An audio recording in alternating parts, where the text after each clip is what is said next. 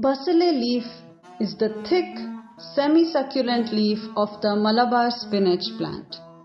It is known for its mild flavor, slightly mucilaginous texture and high nutritional content of vitamins A and C, iron and calcium. Commonly used in South Indian cuisine, basale leaves are versatile and can be incorporated into dishes like curries, soups, stir-fries, salads, or even used as a thickening agent in gravies. This wonderful looking leaf is locally known as Bachalaku in Telugu and Basale Soppu in Kannada. It's a very fast growing climber and easy to grow too. It works wonders to get rid of mouth ulcers.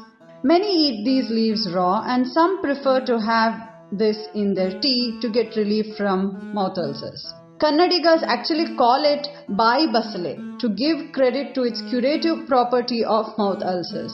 Bai means mouth, and so the name comes as Bai Basale, indicating that just by chewing it, you can get rid of mouth ulcers very quickly.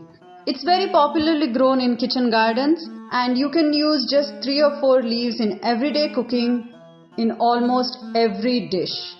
This is to avail of the leaf's antioxidant benefits. Here we have a simple form of consuming basale, especially in winters. Here is our basale leaf ready to go. Let's put a pan on the stove and add about 1 cup of water. We are going to boil this water, and while it is heating up itself, let's just add our basale leaves. You can add 2 to 3, whatever is convenient to your palate, and let's just allow it to boil. We boil it with the leaves so that the leaves nutrients are infused into the water. Once it's boiled, you can just pour it into your cup and a simple basale tea is ready.